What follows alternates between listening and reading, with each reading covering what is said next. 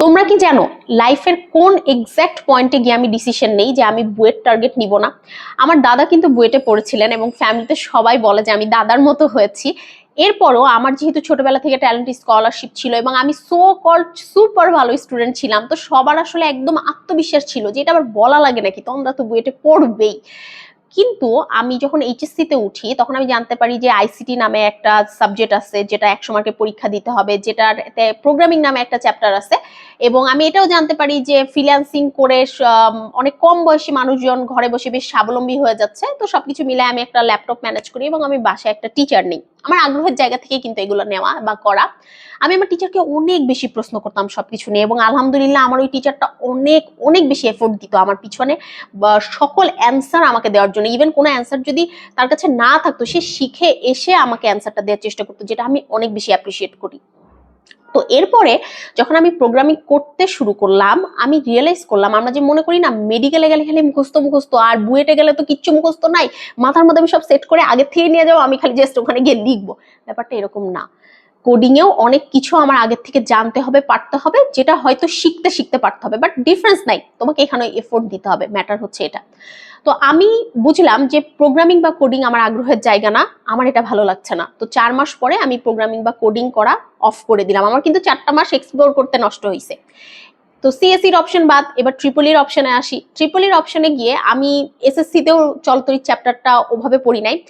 ইন্টারে গিয়ে আমি দেখলাম আমার চলতরিৎ চ্যাপ্টার ভালো লাগছে না এবং আমার কাছে মনে হইতো আমি কারেন্ট ভয় পাই, আমি কারেন্টের কাজ করবো কেমনে যদি আমি এটা শিখতে চাই হাতে কলমে। তো ওইখান থেকেও আমি চলতরিত বাদ, মানে ট্রিপলিও বাদ। আমার দাদা কিন্তু ট্রিপলিতে পড়ছেন। আরেকটু যখন সময় গড়াতে থাকলো আমি দেখলাম যে আমার ডিফারেন্সিয়েশন ইন্টিগ্রেশনও ভালো লাগতেছে না। তো বুয়েটে পড়তে গেলে তো এইগুলো আসলে সব সাবজেক্টেরই মাদার সাবজেক্ট বলা যায়, সব জায়গায় ডিফারেন্সিয়েশন ইন্টিগ্রেশন আমাকে শিখতে হবে। তো এটাও বাদ। আমি দেখলাম আমার আগ্রহের জায়গাটা হচ্ছে বায়োমেডিক্যাল ইঞ্জিনিয়ারিং কিংবা কেমিস্ট্রি রিলেটেড সাবজেক্টে। তো তার আমার মনে হলো এটার জন্য কেন বুয়েটেই পড়তে হবে, এগুলো তো বেটার অপশন আমি অন্যান্য জায়গাতেও পাবো। সবকিছু মিলিয়ে আমি হচ্ছে বুয়েট টার্গেট নেওয়া অফ করে দিই। এখন এই যে লং টাইমটা ধরে আমি যে এক্সপ্লোর করলাম, আমার ফ্যামিলির একটা প্রেশার থাকার পরেও, ওইরকম প্রেশার না বাট একটা এক্সপেকটেশন টাইপ অফ প্রেশার থাকার পরেও আমি কিন্তু নিজের সিদ্ধান্ত নিজে নিয়েছি।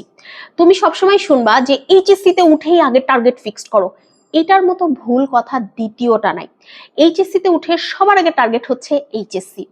অনেক স্টুডেন্ট শুরুর দিন থেকে বুয়েট টার্গেট নেয়, বায়োলজি ফেলায় রাখে, দিন শেষে দেখা যায় ও বুয়েটে পরীক্ষাই দিতে পারেনি। এরকম অনেক স্টুডেন্ট আছে, কারণ প্রতি বছর অনেক স্টুডেন্ট ইভেন পরীক্ষা দেওয়ার পরেও ইঞ্জিনিয়ারিং কোচিং এ ভর্তি হচ্ছে, এইচএসসির রেজাল্ট দিচ্ছে, তারপরে ইঞ্জিনিয়ারিং টার্গেট থেকে শিফট করে ভার্সিটিতে যাচ্ছে এবং তার পুরো জার্নিটাই ওখানটাই নষ্ট হয়ে যাচ্ছে। সবকিছু মিলিয়ে আমি যেটা বলতে চাচ্ছি, তুমি কখনোই কোনো ডিসিশন কারোর উপর ডিপেন্ড করে কারোর কথা দ্বারা প্রভাবিত হয়ে নিবা না। সবকিছুতে নিজে আগে এক্সপ্লোর করবা। আমি অনেক প্রাউড ফিল করি যে আজকে আমার মনের মধ্যে কোনো দুঃখ নাই যখন আমার সামনে কেউ এসে বলে আমি বুয়েটিয়ান। আমার কোনো এটা নিয়ে দুঃখ নাই, কারণ আমি আমার নিজের জায়গায় আমি নিজেকে প্রুভ করছি এবং আমার এটা ভালো লাগার জায়গা ছিল না, তো আমি কেন যাব ওইখানে।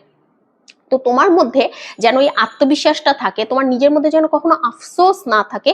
এই জন্য তোমার অন্যের কথা না শুনে, সেটা কলেজ চয়েস হোক, যে কোনো কোর্স কেনা হোক, গ্রুপ সিলেকশন হোক, তুমি সবার আগে এক্সপ্লোর করবা, তুমি সবার আগে ইনফরমেশন কালেক্ট করবা, সবকিছু এক্সপিরিয়েন্স করবা, তারপরে তুমি নিজেই বুঝবা কোনটা তোমার জন্য ভালো।